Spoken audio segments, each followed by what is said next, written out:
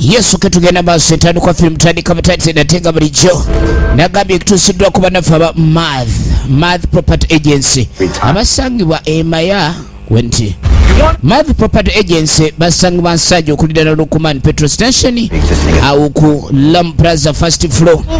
Tukujukiza ndi balina poloti ez'ebyapa endagaano waliwo eno estate gye basabukuludde empya esangibwa emaya ku $2.5 eyo nno yakyapa n'empigi bubeezi batunda 5 ku 5 miliyoni 6 zokka. Tugenda maaso katono nnyo nagambye ekituusiddwako naddemu n'owekinga bulijjo. Kaakati mu kaseera kano nga tutandika waliwo abajja batambula ono kyava agamba nerindako okakase maali weeri nze njagala mpeke kyekyokka. Kakajjukira omwana ono alayika alina ekintu ekyali kimusumbuwa. Tugenda okufundikira episode 2 ng'agezezzaako kulekana annyonnyola munnaffe sisita wa M. Jjukira amugamba nti yali amanyi baani abaali batta M. Ye kyalowooza kati baakwata ekkubo ne babaako we balaga. Ye famire yali emanyikiddwa ng'ebacheke. Breakfast, lunch, dinner. Baali babalagiridde nti baali batunda enjaga naye mu bubba. You catch my drift? Yes. Famire eyogerwako yalimu abaana b'obulenzi 3 bonna nga bamaduwangu. Sure, it's just upstairs around the corner. Kati bwe baatuuka ne bagamba nti ali waggulu wabula abadde yeebase. Saamutaanye mwana wange. Kati ono kwe kwambuka. You have a thing for gods. What is? Munnange ng'awalampa amadaala ono ng'asigala wansi. Bw'osanga omwana w'obulenzi ku myaka 4 ng'akyabeera mu bazadde be olina okusooka ne weewuunya oba aliko mandwa emutawaanya aidha abako ekizibu ekirala. Ono agenda okwetegereza. Kakati ono yali yeebase kagitunda. Ne buno bwagwa mu nviira y'empeke z'enjaga ayagala okunta nayo. Gwe okola ki? Oyagala kunziba nkutte mu nfulebe.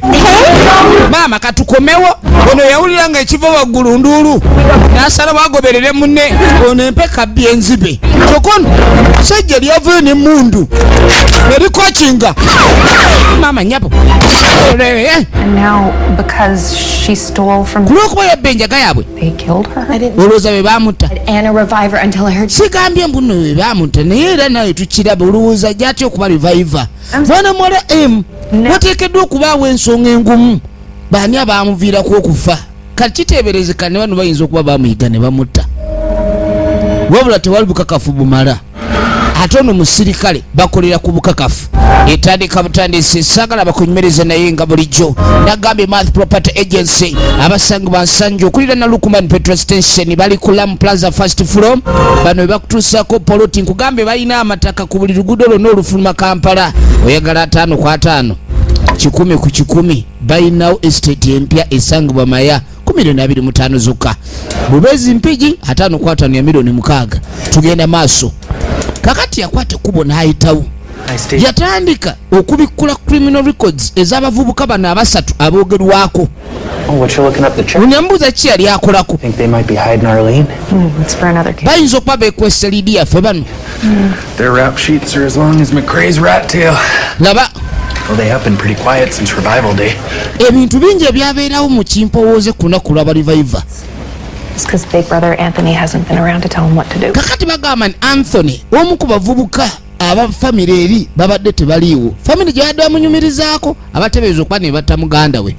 Kakati no ali into nnyo mu kunoonyereza ku criminal oba ku criminality y'aba family members bano n'okusinga emisango poliisi gy'erina okukola ku lwaleero. Terrible on revival day that he's been in hiding. Kakati omuntu ayinza okuba yakola ekikolwa eky'obutemu ku lunaku lwa revival n'asala okulekani afuluma ekibuga ekya Waso. Tuli mu kibuga kya Waso. Bwolowooza nti omuntu ayinza okukola ekikolwa eky'okutta n'agenda maaso n'adduka mu katundu kano ng'alina gye yeekwekedde ewala wabula ayogera bino best ku lugambo lwamuweereddwa. Bino byonna kukyali kuteebereza. Ayagala okumanya ani yatta muganda wabula si buli omuntu amanya era kyobalaba ne waba abikola files za criminal records kuba bantu bano tabibuulira nnyo basirikale balala. Kakatudda ku ssomero kano ke kawala akato ka Jordan be bamu ku reviver oba abo abafu abadde engulu. Kati kumba ono mikwano ye kitandisa obutamwagala nnyo I don't know if I'm supposed to take them down. Tamanyi wa bino ateekeddwa obijjako. Bamuteerawo obupande obupapula bwali bulaga okwagalwa n'okunyolwa nti munabwe yali amaze okufa. Why aren't they happy I'm alive again? Watch this. Tebamwagala. Put your hand, I want to see something. Yabaga mujje mulabe. Ono kyava ajja ne pensu. Yamukubirawo oluggi. Twala eri omuzannyo gwo. Lwaki okola ekintu ekyo? Alina okusasula oyo kikuleme.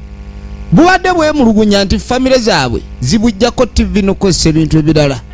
Era babagamba mbuno bano ba revivers bimenke. Kakano tuba tuli awo nakyala yatuuka yeddana. Mrs. Chuck, hi. Namukyala Chuck. Chris. You probably don't remember me. Wai katonzijukira. Oh. Oh. Well, judging by that uniform you got on, you probably got better grades than he did. Kakati nti okubani ali mu uniform eno gyalimu ateekeddwa okuba njejjaji ne grades ze. Kurt. No, I'm here to investigate a series of burglaries. Ayina okunoonyereza kwaliko okwababbi wabula alimba ensonga emulese endala. Oh, heavens to Betsy. Kati mbulayika bano babbibwa poliisi n'etagoberera keesi kati kyaliko okukola. What was her Kati yagamba ono si y'ono eyatubba. Bawala baali babiri naye ono alabika kati yalina buzibu kati waliwo eyali omubbi. Kyava ajja ekifaananyi ekyamunywanyi wa M. ma'am? Yoyo. The one. Yoyo yennyini. Tell she's got a black heart by the look in her eye. Bw'omutunulira bw'otulaba ng'omuwala talina buzibu naye alina omutima omuddugavu. Wait, hang on a second here. Sooka oyinde ku katono. Don't I get nothing for helping you out? Toyagala kuyamba. Pro quo? Kwegamba bintu bino byakuwanyisa lugambo. Yeah, Quid pro quo. chicken. Okay. Which one? Ngeri gyazze okubayamba naye babaayo kye bayagala okumufalinga. Yours I think you're gonna love. Waliwo kye ngenda okuwa oba okulaga ndowooza ojja kyagala. Kyava agenda mu kisenge erudda. Yawulira atambula. Kumbe omuvubuka omu ku baawaka. Hey, Andrew. Ono ye Andrew. I haven't seen you since you were voted most likely to turn into a Lesek. Wuyo. What did you win again? Most likely to die in prison, that was it. Babayinako history. Andrew yoyo Andrea. Gift. Kikyononye. Bano si mikwano gya poliisi nnyo. It's for a little boy. Nkuwadde akatabo kano katwalire mutabani wo. Everyone messing with their family. Omujjukize nti ng'omuntu omulala yenna singa baba azannyira ku famire atabuka. Kati alinga amulabula nti singa alina ekintu kyagala okukola ng'omupoliisi si banoonyereza bula bawunyiriza nnyo ebitabakwatako. Kitegeeza nabo baba beetegefu okukola ekyobulabe. Kati ono kyava ajja ye maama. It's good, it's good. Ng'amuwa ekifaananyi kiringa kya nkoko kati ng'afuluma nakyo. Ye famire y'abakyaka weetegereze atambula yeeyongerayo njagala olabe emmotoka ey'abakyaka mu Wisconsin. Your son attacked another child. Katugenda okudda eno bagamba mutabani w'ono yazzeemu n'alumba omwana omulala. Lwaki okola olutalo? He was gonna hurt Jordan. Yabadde agenda kulumya Jordan It's a reviver. kubanga mbu reviver abaana batandise okuboola ba reviver naddala be basoma nabo. Kids have the right to be safe at school. Abaana balina rights okubeera safe nga bali ku ssomero. About safe? Twogera ku kigambo ekitegeeza safe. CDC scientists? Not even your own father. Yagamba nti wali n'omu ku ba CDC scientist agezaako kwogera ku mbeera eriwo kabeere kitaawo. About this little tiny little adorable girl. Kakati omwana omuto ono omulungi bw'ati oyinza omufuula omulabewo. And calm your tits. Abantu abasinga tebafuddeeyo ku kigenda maaso mitima gy'abalala era abantu abalala si beetegefu kwaniriza balivayiva maka gaabwe wadde baali baŋŋanda zaabwe. Kakati ba CDC scientist bakola nabunafu obutalaga kituufu nti abantu bano si batuufu kweriraanya. Ne kitaawo alinga akola nga yeebase kati members of the society they don't feel safe. Bamwerekera omuzzeeka. Yeah. Ye mwana asembayo oba atuuka ekikerezeeka bazadde be tebamufaako baakomyewo obukoba nedda. Ye yamuzza kyokka baasanga bayomba. Kati kabagamba temufaayo ebyo nabimanyiira batera okubeera bwe batyo buli lunaku. Munnange Bad people, Dana. I know. twayingira munda kati nga y'omusirikale ow'ekitundu ayagala nnyo okumanya abantu bano kiki lwaki tebafa ku mwana waabwe. Never gonna happen for us. Yagamba ni ku kintu ekyatuukako emabega. And then, like a miracle sent from God, she came. Kwegamba omwana ono ne mu kumuzaala kyalinga kyamagero kisindikidwa kuva eri Katonda. You're talking about her like she's dead. Naye engeri gye bamwogerako balinga aboogera ku mugenzi. And she needs you now more than Omwana yakomawo mu kuva mu bafu essaawa eno abeetaaga. N'agamba si bwe tulaba ye taata. Buli lunaku bayomba. Some cookies. Kakati kamusaba ku bukookies. Tekakyuseemu bakali radical oba violent oba ki. Omwana ono we baamuzaalira yali wanjawulo. Wabula yakyuka nnyo. Jordan, the one God sent us. Omwana Katonda gwe yatuwa si y'oyo. Ffe omwana affe Katonda gwe yatuwa tulaba mulala. I think you've had it too good. Wulira? Because if your daughter had been sick or troubled, Kakati mu mbeera yonna omuzadde gy'oyinza okuyitamu tugeze omwana we mulwadde oba alina ebimusumbuwa. Essaala ze musinga okusaba singa Katonda omwana mwamuzza engulu. came back Kakati omwana wuuyo yadda engulu. to your knees, Kakati ate mwe mugenda maaso mwe abandibadde muka ku mavivi gammwe okwebaza. lost. Abazadde tebali wiringi kukola ekyo. Basaba Katonda abongere omulala so si kino kye balaba. Omuzadde asabira omwana we singa aba alina embeera gy'ayitamu oba bulwadde oba ng'ali troubled or something. Naye tosobola kusabira mwana we ave mu bafadde. Kati bo balaba nga abasuula n'enkulugu. Enkulugu. Tusuula n'enkulugu tusabire enkulugu. Katonda akkiriza essaala z'enkulugu. Kati munaye ng'akwata mutabani we baddeeka amukakomezaawo ka Jordan. It's me. I just wanted to say I'm thinking about you, and Alina gwe yakubira essimu amutegeeza agala kwogera naye oba amulowoozaako. just call me back. Singa oba ofunye eddoboozi lino ddemu onkubire ye mutoowe. Can we go for milkshakes? Tuyinza okgenda ne tulya ku bumilkshake. I'm gonna drop you off at Nella's for a bit. I have some stuff to check out for work. Kakati yamuganda wengenda okuleka nina ate ebintu byenjagala okwasaganya okusooka. In zone, 9-mile forest. Kakati twayitawo. Anomalies in the local flora or fauna. Mineral Bakyagenda maaso n'okukola study or normal. ku musaayi ogusigadde ogaba reviver. Remarkable. Njagala olabe. No, but Buli kyatuukako alikodinga. Revival day. Ye Dr. Ramin ng'ateeka wali sampo ez'abantu be baziggyeko bakyakola sitade ku bantu ab'enjawulo oba abamu. Kati yakwata eno sampo bagijja kwani ate yo ng'eringa ekute. Finally got the toxicology on our reviver brain specimen. She is a person. Please use her name. Mo Creek She used to be a person. waliwo fayiro gye baleeseyo omugenzi mwogereko ng'omuntu yali muntu takyali. Large. Biki bino bali kuba reviver ogenda okubikula fayiro yatambulirawo. You look lovely. Thank you. ng'olabise bulungi kwe webale. It's just about Arlene's psychosis, and I'd love to request a police escort so that I Kakati mbw alina waalaga get my theory first. okubaako omuntu omu gwagala okusinkana omukuba reviver Yeah. naye alinamu embeera z'abalalu psychosis.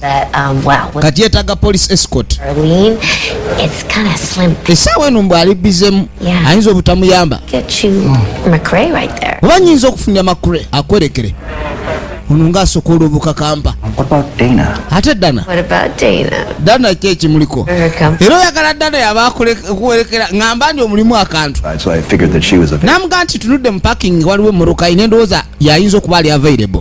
Taata waaviirayo nti nze nja kuwerekera. Kono ndi kale musajja mukulu atiisaamu kakatwadde erudda ono ye Bob Am correct? Wayne.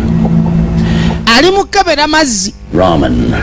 Whatever he's looking for, he's not going to find. Kyonna kyolugeza kunoonya togenda kizuula wano. Can I check out your bathroom? Nkebereko mu binaabiro byo. Yeah. Ye Bob, why don't we let the Bob. doctor do his work? Why don't you give me a cup of coffee? watera ng'ofunira ekikopo kya kaawa oli muleka akola emirimu gye. Lwaki azze wano?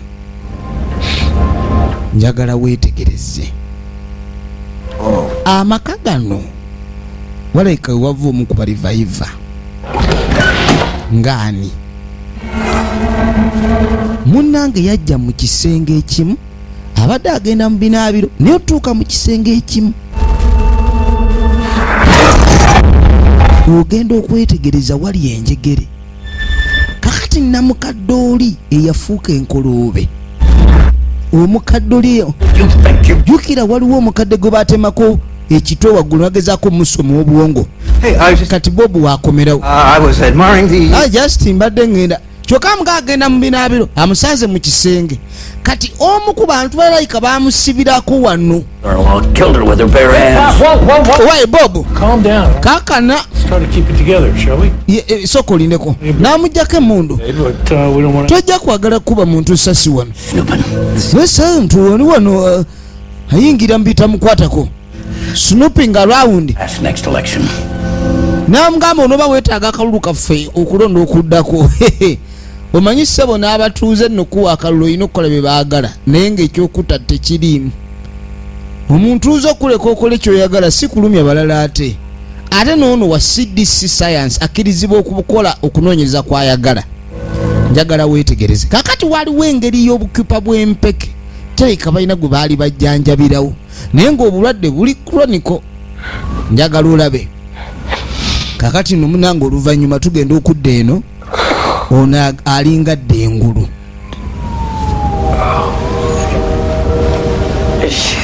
alingadde engulu abadde awumuddemu gaakali no redi ali wali apo ye kyava yambala engatto. Why? Sorry, I didn't want to wake you. You seemed like you were... Saagadde kuzukusa mangu ndowoozezza okyawumudde. Been a while since I've slept. Kibadde kiseera kiyise nga teyeebakamu kati wafuna akadde okujjaala. Don't sleep much in darkness. Ono nno taagala nnyo kwebaka Living my death. kubanga okuva le yadde engulu buli walowooza ku kwebaka jjukira buli webaka amaaso n'ogazibiriza olaba kizikiza kati olabanga zziyo mu bafu. Don't mind me asking. Ofeewe wembako kye nkubuuza. Did you hear about the guy that jumped in the Sunnyvale Lake? Wali owuliddeko omusajja yabuuka n'ayingira Sun Lake ng'ataasa omuto? Koeni yali gwe. Ye. Yali akozeeko ekikolwa ekirungi. Mu bulamu omuntu buli weeyitiriza ennyo okukola obubi at least onoonya nnyo n'ofuba okubaako ekyokola ekirungi eri omuntu yenna nga tosuubira na kukuddiza oba kusasula in return. This is supposed to be a safe space. Akavubuka kalabika nga akantu akali awo kugamba akabi oba akakozi k'ebikolobero oba ki naye tekayina buzibu. 7 days of antibiotics and I would have been fine, but instead... kyava amulaga enkovu gye yafuna. Tell me how you died, make it sound as dumb as possible. Kati yamugambye osobola okumbuulira ku bikwatako kwega baagala kuno okudda engulu okuva mu bafu kwegamba bakwogereko oba bayinza okufunamu embuzi ewulikanga ey'ekisiro. Omanyi baagala nnyo crazy stories. Crazy stories are fun. My sister and my ex think Kati nga mugamba mukulu wange n'omusajja gwe nali njagala balowooza nti oba nali neekoza. But I was on the bridge and I was... Ekyamazima nali high. Ku Bullfall Bridge. Akatindo bakayita Bullfall. Naye sijjukira biki byaliwo. What if I did jump? Oba nabuuka kuba ndayika nali nkubiddwa yalinga agala okubwa buli kadde kyava mukwata mu ngalo. Lots of people jump. Namugamba abantu babuuka okwesula mu nnyanja oba mu mpompogoma olw'ensonga ennene ezibajjira emabega bw'ebirowoozo okukola ekyo naye saagala okirowoozeeko ng'ekikolwa ekirala ennyo. Kati ng'amugamba ekiwundu kye kyalina kino oba akiyisa ovakado wundo. Ekiwundu kyono yakifuna nga tannaba kufuuka reviver naye ebiwundu byonna by'ofuna oluvannyuma lw'okubeera reviver biwona naye ebiwundu oba enkovu ze wayina emabega nga tonnafuuka reviver ziba tezivaawo. What else do you remember about that night? Yamugana eki kyojjukira ku kiro ekyo kyava akwata erudda najjayo engeri y'akatabo. Jjukira n'amugamba mbu yalina ekirwadde eky'amagumba ne w'omukwata mu ngalo bino bimukwata abantu mu ngalo n'omunyiga ne wasitula obubi obuzito obusukka ku mikono gye oluusi ng'emikono gimenyeka. Amagumba ge gaali gakulanga biberenge bimenyeka ku nsonga nga gamenyeka ku nsonga entono. Kakati nga gyamugirayo ekitabo oolyawo kisobola omujjukiza eringa dayale oluusi ku bintu ebizze bibaawo n'ebyo bye yali alabyeko mu bulamu bwe. Kati yakuba obubonero bw'atategeera naye ng'obubonero buno yabulaba oluvannyuma era kyekyabumuwandiikisa erudda oba obukubanga ebifaananyi kubanga ebintu ebitono ebyali bituuka mu bulamu bwe yali yabiwandiikanga erudda kwera ku ntandikwa akatabo osobola obbiraba naye anoonya muno nsonga ki yamutwala ku lutindo alabika teyagiwandiikako. Kaakano baaba yoono yenno yakomawo ku katindo. Olumu kabeeramu amazzi amatono olulala ne kabeeramu amazzi nga mangi nga bumanyi emigga egikulukuta olumu amazzi gabeera olumu ne gakendeera. Munnange kati nga tukwate kubo tudda ono ye Terry Dittman. She even took in her sick mother, even when it was a burden on her. Maama we newankubadde yali afuuse mugugu Made her yamuleeta ewaffe take care of my needs. n'atandika okulabirira nnyina n'okusinga okuba nze ate be nali neetaaga. Owasa omukazi nnyina n'alwala n'amuleeta ewuwo n'amujanjabira ewuwo naawe n'akwerabira ggwe bbaawe ng'ebirowoozo biri kwoli. Kati buli omu ayogerayo ebigambo bye basobola okuwogera mu kaseera kano ak'okuba nno yali afiiriddwa omukyala. Tuba tuli awo nga namukadde oli ow'Embazuulu gwe sitaani bba genda ogobani opa bannange balivaluva bano oba lwaki ate abakadde ennyo be b'Embazuulu kumbe banonya omugenzi. Leba owayo okola ki? Abakadde bano bogamba abakootakoota kati omukadde ogenda okwataku gwe genda jjawo ebyo nankani bannange firimu yino omukyala Terry Dittman laba ono kye yakola n'abayira amafuta n'abokyera mu ssanduuke. Tetwagala muli bikoligo oli abokyeza waliwo omutuuze abayiridde amafuta n'abokya. So we will make sure that Arlene's body is held in a secure room. Twakomawo. You saying she's going to recover from this? Olowooza ayinza okurikavalinga mu kino. He's already healing, sir. Omukazi oyo olwedde we twogera ayinza okuba awona. Baali bamutemyeko akawompo ne kaddamu ne kamera namukadde yarabise mu kusabira omugenzi Terry Dittman. He said you had an errand to run this morning. Kakati badda mu yafeesi ya road. Blaine Abel's in lockup. Ono Mayor Dirich. Endangerment for lighting the fire, but it's not going to stick. You got to keep that guy locked up as a matter of public safety. You hear what he's... Balina okubanga omusajja ono bamuggalira. That he was protecting the public from Arlene. That's what he... Laba, omusajja yakoze ekikolwa ekyateekeddwa okuggalirwa ku lwa safety ya public. He did stop her. I couldn't. Omusajja ono baamusangako ng'atwala abaana adduka nabo ne babamusuuza ne yeebuzaabuza. Kati waliwo ate abayingira. Mu bakulu mubaamu ebitiibwa mubaamu amadaala. Ono awerekebwa buwerekebwa akuumwa bukuumwa. Big gosh darn mess. Kaakati nno To clean it up. Waso afuuse ekirala. The reason I called you is because there is... Ekikumpisizza olwa risks ezirabika okuba nizirumbye ekitundu kyaffe. By the CDC and the mayor. Kakati meya ne CDC bakwataganiramu okuzuula engeri eno naye kirabika meya ebintu abikwata nga bw'alina bikwata. Jukira yakkiriza newankubadde ba revivers baali bafune badde engulu tebalabika kubaani ba bulabe era society should feel safe. Mob of zealots. Kulwokuba ni baliving among them. Support. Yeah. Waliwo akonkona. Governor? Ramin watuukira. I'm Dr. Ibrahim Ramin. Ono Dr. Ibrahim Ramin. In Arlene Stankowicz's brain matter. At first, tubadde mu early stages ez'okkebera obwongo. Home, but then I found this. Bino bye nazudde. That after Arlene moved into the homestead, Mr. Dittman began... Irene ng'atwaliddwa mu homestead. Which triggered her psychosis. Waliwo ekintu ekyamuweebwa. You got fed up with Terry taking care of Arlene over him, so he killed his own mother-in-law? Sooka olindeko oyagala kutugamba nti omusajja ono mufo ky'okulabirira nazaala we yattamutte. Trying to prove my hypothesis, Governor, that kaakati agezaako kulaga kino eri mukulu Ted. Because all I'm hearing are half-baked theories. Omukazi oli ekikolwa ekyokugwa eddalu kati kirabika nnyinimu Bob yawulira ekizibu. Bano baga mufo ky'okulabirira Nazara we yattamute atya yamuteekeramu components ez'amacule ng'azimuwanga eddagala oba amazzi ag'okunywa. Kati baali bagezaako omujjanjaba birala naye ng'obwongo obutabuka. Zino samples zaggiddwa ku bwongo ekiraga nti omusajja ono yanyiiga nnyo nga mukazi we atutte obudde bungi mu kujjanjaba Nazaala we ng'ate ye takyamufaako. Sounds to me like you've got a tracking problem. Kaakati ono yamugamba nti nze ndaba ng'abalina tracking problems. Who really is and twagala okumanya buli memba mu society oba ali revive oba ki twetaaga tubatagmarkinge tubayite bonna tubakyalire tubajjeko endagamuntu zaabwe babeere ne taaga eziraga nti bano bo bariviva.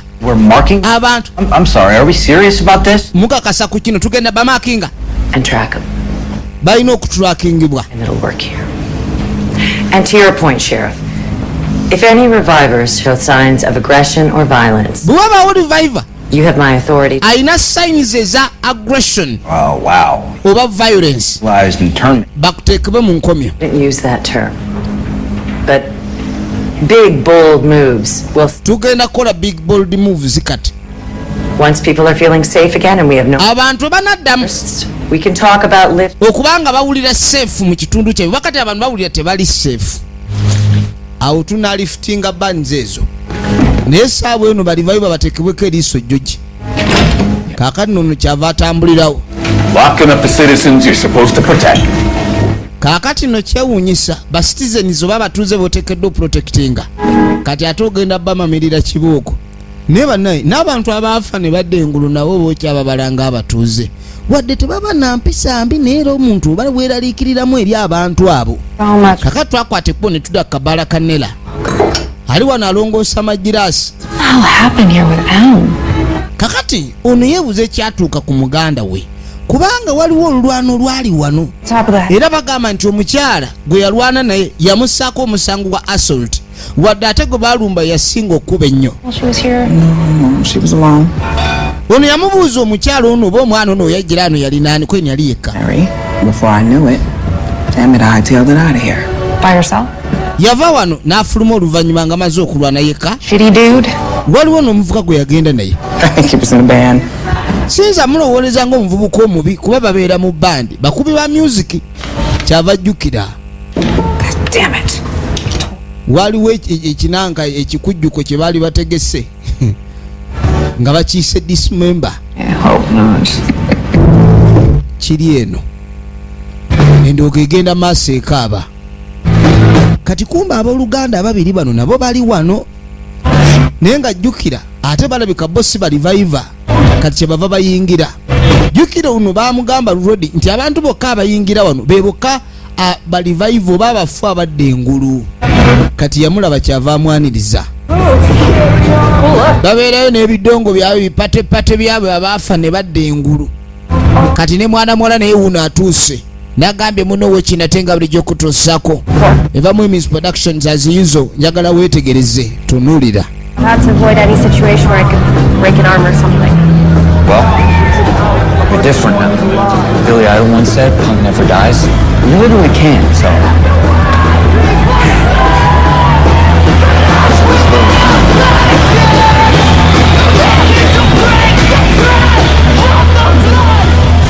Look who's here. So kulengera abali wano bali mu ndongo.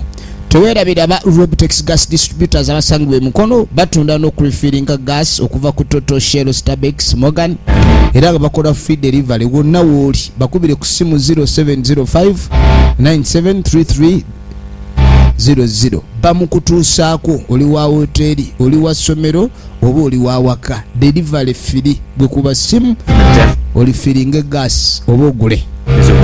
Kati endongo etandise.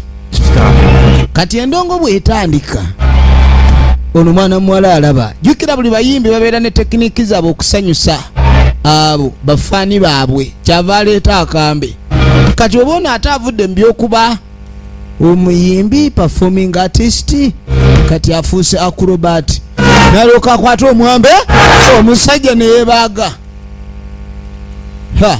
Bannange wadde buli n'oba ofunye ekisago kyoddawo wabaawo ky'olina okutya.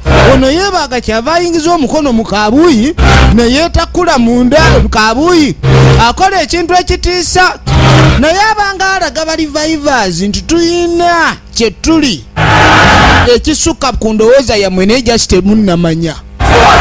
Ne bawaga osala olubuto ne luddawo katowulira wadde awakubalagala kati kumbe ono aba ali wano.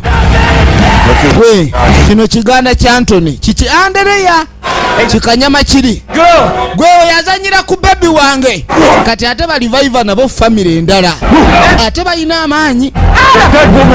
Kumbe ono atuuse yimirira kuba amasanyalaze yamusuna teeza yamukuba teeza ono nakkakkana bamusanze n'enjaga. Bano buli awali endongo baba nayo batunda. Regret this, Cypress. I've read your brother's rap sheet. This is his third strike. Kaakati nno Looks like he's most likely to die in prison. Come on. oyagala kukola ki? Oyagala mwegattako mukomera. Bamusanze n'enjaga kimenya amateeka. Ate waliwo omusango bamuvunaana yalina be yali agobesa amasasi. Kino kimulabudde ne kimugamba owaye ekikola kyogezaako okukola mwagala kufuna omufu omulala mu famire yamwe ya Suppress. Famire y'abaddana Suppress kitaawe wa William Suppress kano kika M Suppress. Kati batuukira ku lutindo badduseeyo emisinde mu kidongo.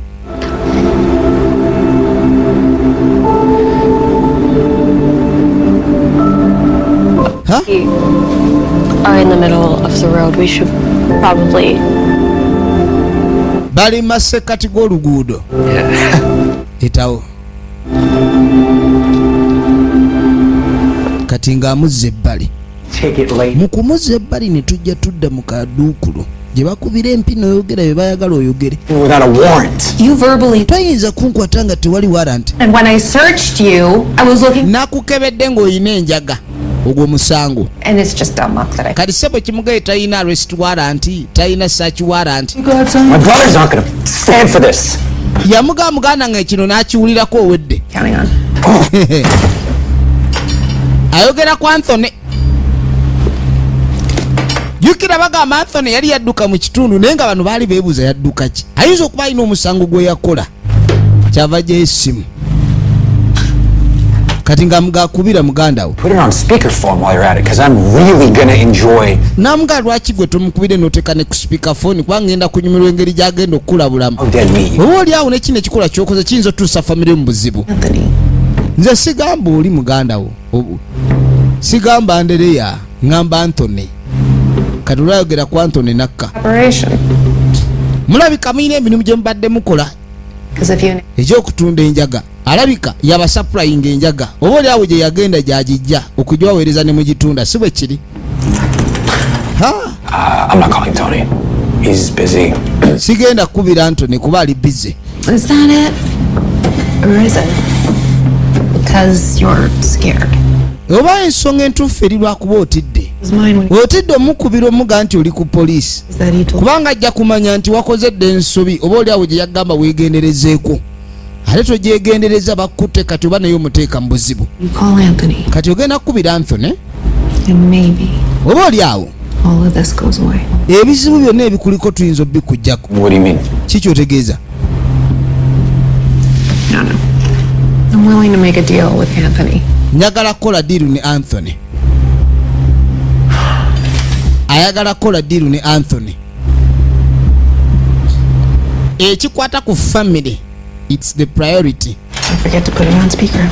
Towerabira okumuteeka ku loud speaker. Ngajja. Baabo. Ngajja akubira Anthony. What do you want, bro? Oyagala kigwe. This is Deputy Dana Cypress. Ono Deputy dda ne Cypress. Adam. Your brother Ndina Adamu wano. any convictions already on his record, and Oba simanyi olinayo ku conviction z'omanyi eziri ku record ye. but Naye I'm willing to release Adam. nsobola omutta n'agenda. Charges. I'm willing to give you back the Naye njaga gye muganda wange gye yababbako ngibaddize. the checks. Stay away from the Cypress. Kasita mukusuubiza obutaddamu kulinnya wali ba Cypress. Famire yaabwe, famire name ye Cypress. N'asirika. Take the deal, bro. Come on. Mwana bro kwata deal eyo. Nze no gyawunye dda simanyi oba nzira mugalamira ntya. Anthony, you have no leverage. I have your. Tolina leverage nze na muganda wo. Nina n'enjagayo. Nsuubiza togenda kuddamu kulinnya ali sisita wange. Your sister's a reviver? Sister revival. Of course I didn't know. Abadde tamanyi. Dirty brother. Ate nga mwe mwamutta. Know who she was before tonight. At your house, your brother said there was going to be more than one dead Cypress. Wammwe waka muganda we yamponinze nti wagenda kubeerawo dead Cypress omulala. He's an asshole like that. Ekyo nkikkiriza nti muganda nga ayinza okuba muwutta. Nereka tategeeza ekyo mujjukire mama wamwe yafiira mu kabenje ka mmotoka. Yabadde tayogera nti wagenda kubeerawo Cypress omulala nti agenda kutta mulala kubanga tetuttangako wadde asooka. Kakati no Anthony Alaika Dirwa agiyingidde. Katudde wa musajja mukulu Ibrahim Ramin. Ebintu bitabuse. Yasooka ne yeetegereza Moa Clean Water. Moa Creek Water yafunye samples. Kati soko lindeko. Amazzi gojjeeko sample ate nga galinga agafuuka ebimere. Kiki ekitabula abantu emitwe jjukira baagamba balivive abasinga tebali violent. Naye obwongu bwa namukadde oli ate bwo bwali muki. Yakomawo eno. Akaana kali mutulo naye nga koogerera mutulo kamubuuzo balina ba bad guys alabe yakutte. Kubanga maama omulimu gwakola gwa kunyweza ba bad guys society esobola okubanga eri safe. Munnange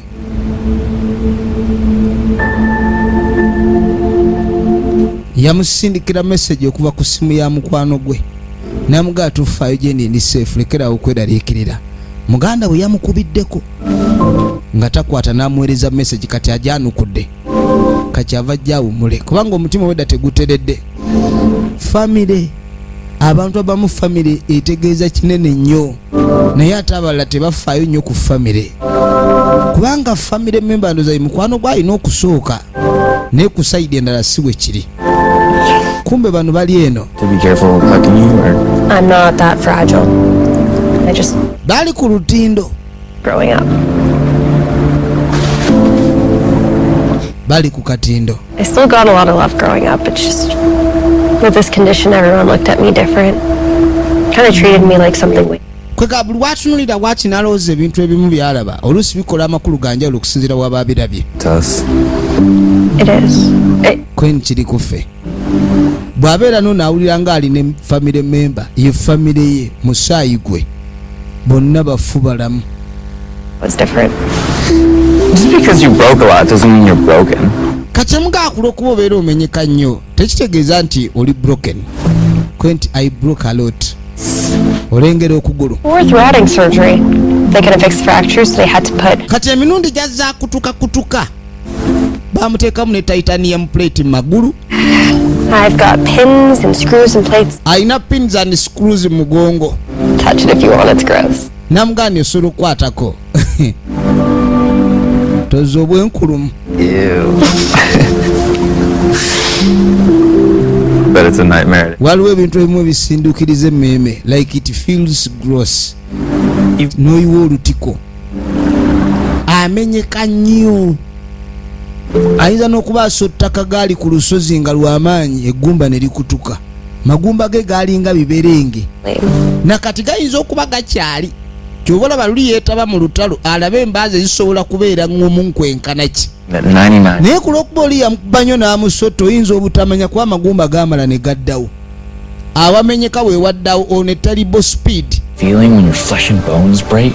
And regenerate at work. Kati ono nga taleeta ekiboozi watanga bazzeemu ne beexperiensinga kifiringa ekyo okulira amagumba we gakutuka jjukira tebakyalina kyakweraliikirira ne w'omutomera n'ayiikayiika tebakikiriza nnyo ku ekyo oba tebalisuwa nnyo ku kyo ne bali tuba tumenyesa amagumba twagala tulabe bagaddawo gatya kwendize ngenda kubuuka tokirowoozaako nedda twagala okuba kuba kade ekyokufa tetukyafa ngenda kubuuka oba njabike oba njabika yayita Rodi omuntu yali abaddeko ku kufa gundi gwe toyinza kubanga okwagala nnyo tebakyatya kufa kuba okufa kwabasesema jangu naawe owulire jangu yabika omugongo guddewo yabika omugongo guddewo naye kyava akyuka okkirira kyennyumanyuma okuwulira okufa bwe kuwulikika wadde watasobola kufa tulaba revival eva mu Emmys production nate nga buli gyeminze nkuweereza munno wekyo kutuusa kaziyizo kati mu kugwa wano toyinza kiyita kunyumirwa naye yafuna memories okubanga ajjukira ekiro ekyo we yali atudde ku beach alina omuntu gwe yalaba ye Rodi ono kati poliisi yali emuleese jjukira bagambye akwatibwe oluvannyuma lw'okukumako abantu omuliro kati bamugamba ali fyu genda naye tekitegeeza tujja kuba tetukulaba kweni kale naye nze ndabanga nze naawe abalina abagoba ekintu kyekimu ffenna tetwagala nko ekintu kyekimu just tonaba kumanya bumanya naye saawa entuufu wenejja n'omanya twetaaga ekintu kyekimu oba kiki kye baagala ekyo kakati no Rodi alina bakyaliibe era abamugoberera endowooza ye jjukira omuntu atandika n'endowooza abagigula ne bamwegattako ne batandika okuba nga bakolana wamu naye abamu oyinza okuba oyina endowooza naye nga n'abalala balina endowooza ng'eyiyo n'ofuna following akati bazina kye bazzaako ekibuzo kiri nti bazzaako ki eno episode 3 tolekera yakuna baagala nnyo Emmy nga bulijjo On the 10th of tomorrow, and you found everything you